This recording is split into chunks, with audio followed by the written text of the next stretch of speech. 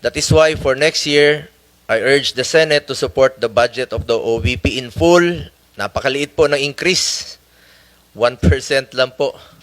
Pero alam naman natin na marami pong matutulungan. Kung pwede lang po, Mr. Chair, kung allowed po ito, bawasan po ang budget ko sa opisina sa Senado. Kahit konti, ilagay na lang po sa OVP.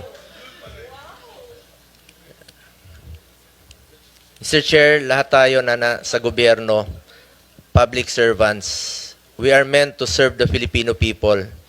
Basic mandate po ang tumulong, lalo na po sa mga nangailangan ng social services.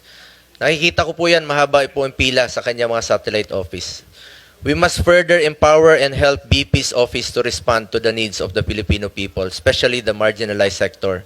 Muli, nais ko pong ipahayag ang aking suporta para sa budget ng OBP. Alang-alang na lang po sa mga kababayan nating mahirap.